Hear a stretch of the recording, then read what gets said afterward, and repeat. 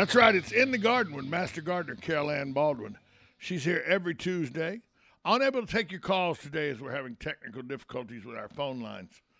We'll get that fixed and have access to Carol Ann Baldwin back to you. Although you can, in real time, send questions to her the In the Garden Facebook page. In the Garden Facebook page. Sure. I mean, I do check it off and on while we're on. Yeah, while we're on the air. Yeah. So Carol Ann, last week, a caller called in when we could still take calls. Right. When the phones work. And ask about suggestions for organic weed killer. Organic weed killer for lawns. And you said you didn't know much, but you go look. Right. Did you go look? I did go look.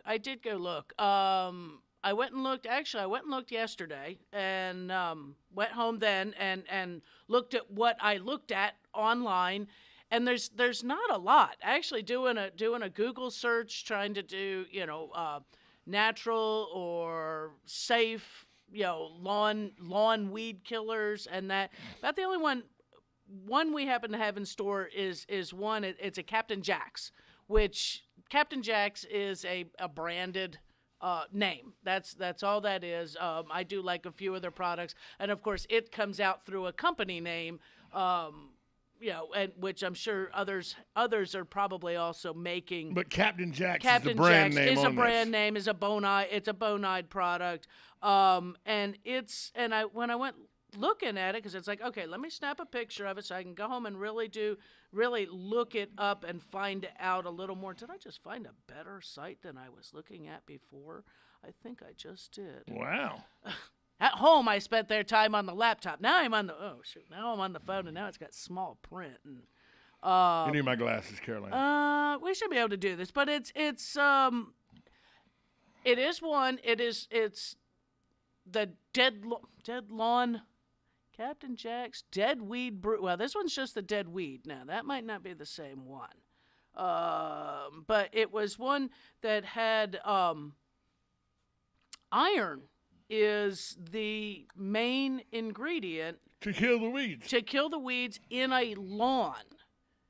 So it's like, okay, but it's one in our store. It comes as a trigger spray bottle, so it's not a whole lawn treatment kind of thing. But I didn't look up the right one on this page. I'll find my right one again. Lawn weed brew. I don't need the battery powered thingy, but It's one, comes as a trigger spray. But the best thing, if you think about it, if you're looking to do something with your lawn to try to do weeds without, do the lawn without the weeds, is either, obviously hand digging them up is one way to get rid of them. But keeping a healthy lawn with proper mowing, proper irrigation, proper fertilization. It won't let the weeds through. You won't, right. It will choke out the other weeds. And then if you go through, and if you wanted a product, this might be an answer to be able to go through and spritz a couple of weeds with that. But I'm not sure how this iron works, because we put down fertilizers with iron in them to help green the lawn, especially in the summer months here when we can't put, or when we should not put down a nitrogen source. We'll use an iron source. It's making me question possibly using a little more of an iron fertilizer, a little higher iron in your fertilizers. Would that do the same job? Would that help to lessen the ability for some of these weeds to be able to grow up? But that's kind of what I saw. It was iron, and we know them. And reading a little more on the vinegar and dish soap kind of stuff, is that those will actually can kill grass too. So, kind of you'll end up with a little brown spot in the lawn. If you're not going crazy, it's acceptable. And the whole baking soda on crabgrass, baking soda will turn crabgrass black. Yeah. It will kill it.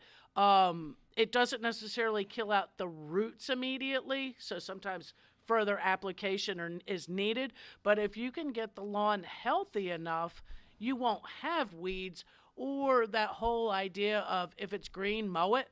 And then we're not worried about spending a ton of money and putting other fertilizations, or, well, you're not looking to put chemicals. This caller wasn't. on the lawn, but just, taking and treating it as a, get that lawn healthy, and whether or not it's that you're using just organic fertilizers or top dressing of, using manures, understanding that if you're getting your manures from just the local barn down the street from you, that you're taking some off their hand, those may have weeds in it. Usually your composted manures that you can purchase are going to usually be pretty well weed free. Let's try to see if we can do this. Okay. Good morning. You're on Ocala Talks with Carol Ann Baldwin. Hey, good morning, Carol Ann and old guy. Good morning. Appreciate the research. Appreciate the research on the more subdued form of weed control. Yeah. Way safer than using a product like 24D or something. Right. But, yeah, good job. Thank you all. Have a great day. You're Thank welcome. you. Quite welcome. So there you go. That call was on as high as I could get it volume-wise. Yeah, and he was just That was still terrible. just saying thanks. Yeah, and that's it. I mean, if you can keep the lawn healthy, and that's the biggest thing, is if you have a lawn. I mean, if you have a St. Augustine lawn, you can still keep a St. Augustine lawn looking nice without having to put 6 tons of chemicals on it. Yes. You can go to the University of Florida, the IFAS website, and you can Google your turf grass, the type of grass you have. Generally, a University of Florida recommendation is going to be one of the top selections for you to pick because you're here in Central Florida, and you can read up on what to do for your lawn when. So many of us are taken in by marketing companies that say, use this anytime, and we know with our climate and our soils here in Central Florida and all of Florida, that's not true. Northern states have much more dense soils. They have more clay in it. They may have more organic material. You figure Florida was underwater at one time. Yeah, underwater. All of it except the ridge. Right. where the winery Lake Ridge. That's the only part of Florida that was never under. So we're a giant sandbar. Yeah. Well, and there was a point of Florida up in the Panhandle, up around Pensacola, that was never That underwater. maybe it was, but that was, Right. again, lower Alabama. Yeah. So it's, that we are a giant sandbar. So we have to be careful with what we put down. But you can get a decent lawn by just following good practices. Let's try one more call. Good morning. You're on with Carol Ann Baldwin. Good morning, guys. Can you hear me? Yeah, Hugh, we got Yeah. you. Oh, very, very good. See, I got a question. My neighbor Sunday came home from church, and they had a lot of poinsettias evidently in church, and anybody that wanted to take them home could have them. And she came home with 3 or 4 of them, maybe about a foot high in a pot.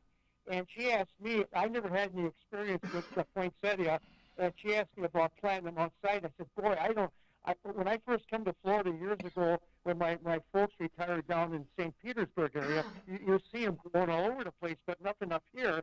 So I didn't know what to tell her, whether or not she can plant them or what to do with them. Okay. Well, you know what? I'm going to go ahead. We'll take that off the air. Thanks for the call, Hugh. and I'll get it answered for you. What Hugh was calling about, if you couldn't hear him real well, was that a neighbor gifted him or is with a poinsettia from the church, and had a lot of churches doing that. And what to do with it now that the holidays are over. I mean, obviously, it's going to stay red for an extended time. I would keep it in its pot that it's in. It's fine in that pot. Keep it watered, but don't let it sit in water. So that little foil paper that's around there, you can leave it on there. It's pretty. Take it to the sink, water it, let the water drain through, drain that out. Put it back, set it back in the nice bright window. They can be planted in the landscape. I have a neighbor who's got, it's multiple plants, but theirs gets up over the roof of the house, over the edge of the eave of the house, and 6 to 8 feet wide. Poinsettias, yes. Wow. And they don't do anything to them. They just let them grow. They just let them grow. And actually, I'm putting mine in the ground this year too. I keep looking at theirs, going, you know what? I'm going to put mine in the general facing of theirs. You're looking for an area that does get some protection from the wind, because they're native to Mexico. But a little protection from the wind, and where it will be dark at night in the fall months as the winter begins, because they are day length sensitive. So if you have a porch light that's going to shine in that area, either you got to take that bulb out once about, say, September comes in, or you have to do something to shield them from unnatural light. If there's a porch light, because they'll think it's still summertime. They'll still think it's daytime. While you're sitting in the sitting room and that light, you're sitting there reading a book or watching TV, and it's all bright outside your window there, and that plant's planted out there. It's going to still think it's daylight, and it will not trigger it to begin to color up and make a flower. The color is just a modified leaf. The leaves are there. You notice they turn color. They don't pop out. They turn color. And I have a feeling that coloration is in order to encourage pollinators, because the flowers are the little tiny things that come in the center after a while. So I'm thinking that originally the coloration was to draw attention. Was to draw attention to itself, to where pollinators would come and visit it. So now, do you have to, when they're in the ground, are they a plant that you have to, in the very cold days, you still need to cover? You would need to protect them, yes, because below 32 degrees they are going to get burned. Once they're established, though, they will come back. They are hardy in that sense, but this year was an oddity, because normally it's about the 23rd of December. 2 days before Christmas, boom, we'll drop down to 28 degrees. Right at the winter solstice. Right there at Christmas, where you want your poinsettias to look beautiful, and boom, you get up the next morning and they're wilted. They're gone. They're shot. But you do need to protect them in the cold months. But during the rest of the season, as they grow, somebody said to prune you don't put them in the ground till after, say, mid-February, say the 1st of April, and that you.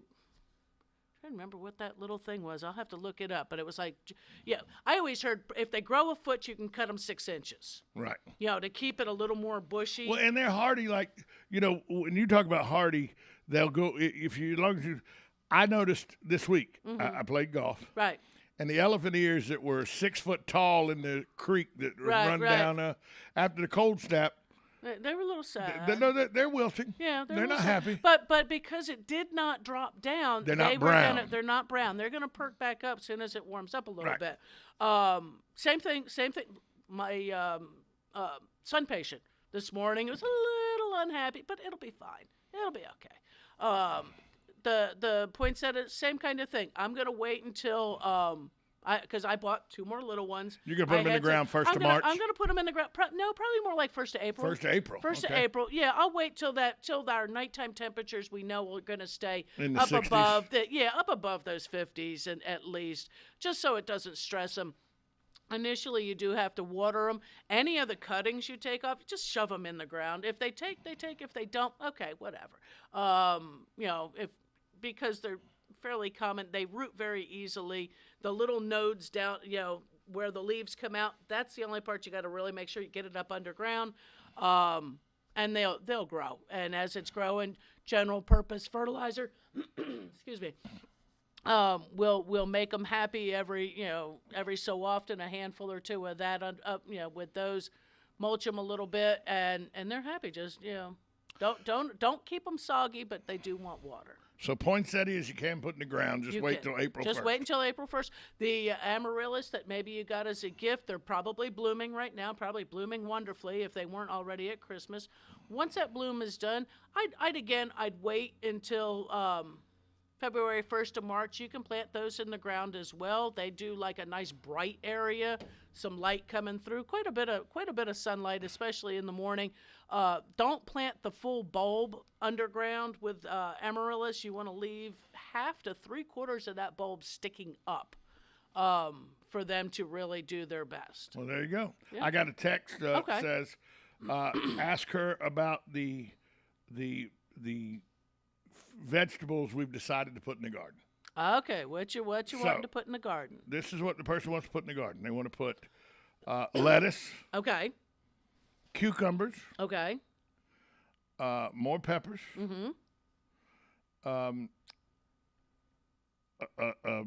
Zucchini. Okay. And was there one more? No, I don't think there's one. I'm missing one because Okay. they're only listed 4, and I know there was a 5th one. Okay, lettuce, go for it. Go for it right now. It's cool. You can put lettuce in the ground right now. Lettuce likes cool weather. Lettuce really likes the cool weather. So I would go for it on that.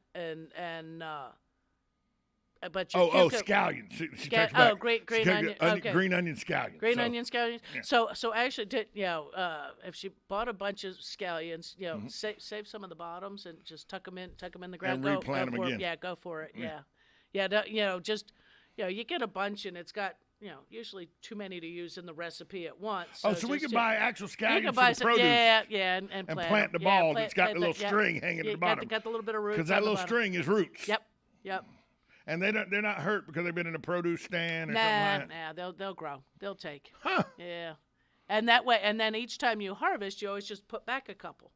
Huh. Put back a few. Yeah, because onions grow. You cut off the top. on those. Those. Unless you you can pull keep- them out of the ground, they keep right, growing. Right. Yeah, on the green onion. Yep. Right. For the On green the onion scallions, stuff, you scallions. can cut them, Yep. and they'll They sprout just keep back on out. going. I know They'll that. Just keep going. Yeah. So your lettuce. Lettuce is one of those crops you can plant all the cool season and plant it like every couple weeks. And that way, as you're harvesting, you're taking off, go out there with the kitchen scissors and taking yourself some in for your salad or your sandwiches. It's going to come back, but you plant some more every couple weeks to where you've got a constant supply Right.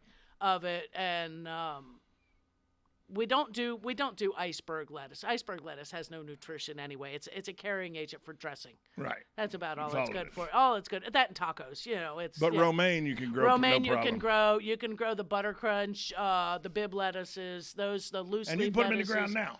Yeah, put it in the ground now.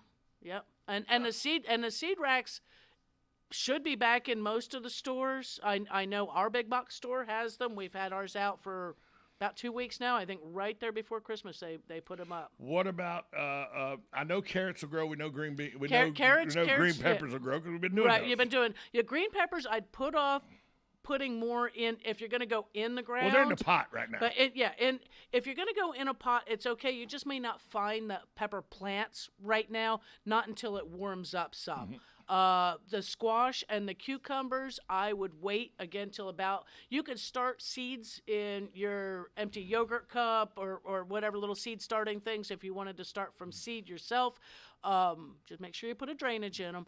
If you're recycling a container from the house, and use a potting seed starting mix on those. But those you could start in the house, say the first of next month. And that way they can go in the ground by go March. by mid-March. Right. It's still going to be just a little too chilly for them, especially if we get any weather. And I keep adding the if, but it's always possible. We're going to get weather. Well, I'm sure we will. If I say we're done with it, it'll snow tomorrow. Well, no, here. it's not. Yeah. It's not February ugly yet. Yeah, it's not February ugly yet. No, Okay. The worst month of the year is always for is us February. is February. Yep. I mean, I remember a friend. I've said this story on here. A friend of mine made quite a bit of money. Yeah. It was 2017 maybe, because it was really a cold winter that year. And he printed up shirts that said, "I survived the winter of Ocala, Florida, February 22nd and 23rd." There you go. And he Yep. sold out. And Yeah. he printed Oh, like yeah. 500 shirts and he sold yeah, out. and it was cold. It was cold. Yeah. Oh, yeah, it was like 22 degrees, 21 right. degrees. Yeah. And he sold out. Oh yeah. People bought those shirts left and right. Yeah. I survived the winter of 2017 in Ocala, Florida, January 22nd and 23rd. But that legitimately, that's really, if we're going to get a hard freeze, we're only going to get 1 or 2 days a year. Yeah, and normally it falls, and I have to look and see when the full moons are. It usually falls on a full moon. It falls on a full moon or Clear, a new moon. 'cause it's On clear. a clear, right. There's no And atmosphere there's to keep the nothing, heat. right on that full moon for some reason or well, and that does affect tides. It does affect the weather conditions. It affects people mentally. It affects everything. But everything on the list is completely okay to grow. They'll all grow here. I would just hold off on the cucumbers and the squash till if you're gonna buy your plants from the local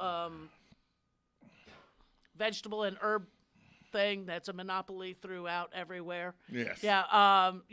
You probably won't see them on their shelves until probably the end of February, 1st of March. I'd probably hold off till mid-March, just to be on the safe And now side. that's zucchini and yellow squash can both Zucchini go and in. yellow squash and your cucumbers all at the same time. Eggplant people, again, that's those like a little more warmer weather.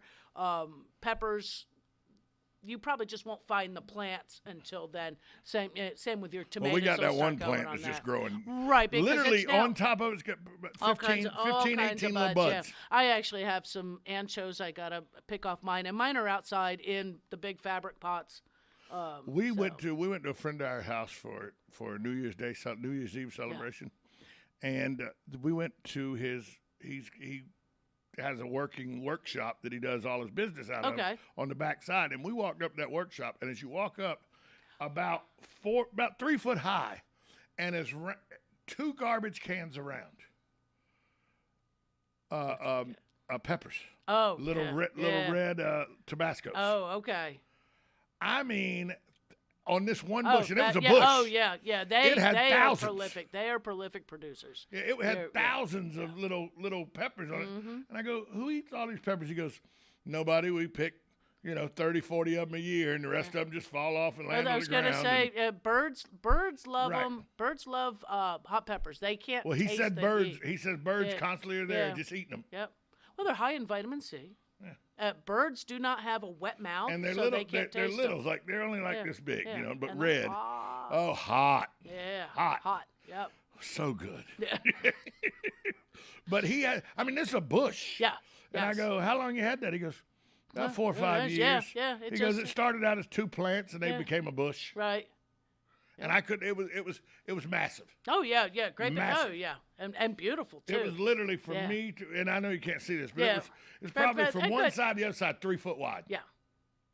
And it was 3 foot high.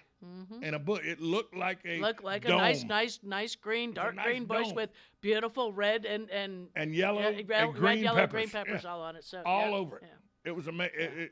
Really, peppers are real hardy, aren't they? They can be like I said, just don't let them freeze. Don't dry them out. Don't just. Well, I asked him, keep have 'em you ever healthy. done anything to keep? He goes, Yeah. nah. Well, it's up because here. it's in the ground. It's right in the ground, right next to the barn with an eave Right, so it that has kind of some. hangs Yeah, over keeps it. Yeah, and the building keeps it warm. Yeah. Yeah. So it's all. He's it's never set. covered or anything. It's happy as can be. I was like, okay, Yeah. all right. That- So, but I'm looking forward to the yellow squash and the. Oh zucchini. yeah. I want to. I'm Yeah, looking I gotta clean out on my garden too. And to get Susan's some of done that. such a good job with the compost and everything Right, in this area. right. I mean, it's an area 4 foot wide by probably 20 foot long. Right. So that's not a bad little garden area. No, should be good. Probably grow 4 or 5 things of lettuce in there, I would Oh, think. sure, yeah. Quite a bit of lettuce. You can get your squash in there too. Once it starts to warm up, the lettuce will finish, and you can just tuck the squash in there and that. She's and looking just start forward. the other motor. We've saved about $45, $50 on bell peppers. I hope he starts the other side. She figures if we can save $45 to $50 on every vegetable she grows. Nothing tastes better than going out. I saw a couple squash there. I swear I'm that gonna green eat pepper them. smell. The green peppers we grow Yeah. taste better than any green pepper you buy at the grocery store. and the squash, it's like, okay, there's 3 little baby Hey. squash. I'm gonna cut them. I'm gonna slice them. I'm gonna throw them in the skillet with some onion and salt and pepper. Boom. Where can they find you, Carol Ann? Oh, they can find me at work this afternoon down there at Lowe's and Lady Lake and the In the Garden Facebook group page. Carol Ann Baldwin. She's here every Tuesday in the garden with Master Gardener Carol Ann Baldwin. Carol Ann, talk to you next week. Yep. Coming up next is Matt Gibbs with Sunrise Auto Repair and Personal Care with Sunrise, coming up right here on WOCA, The Source. Broadcasting from the Ocala International Airport,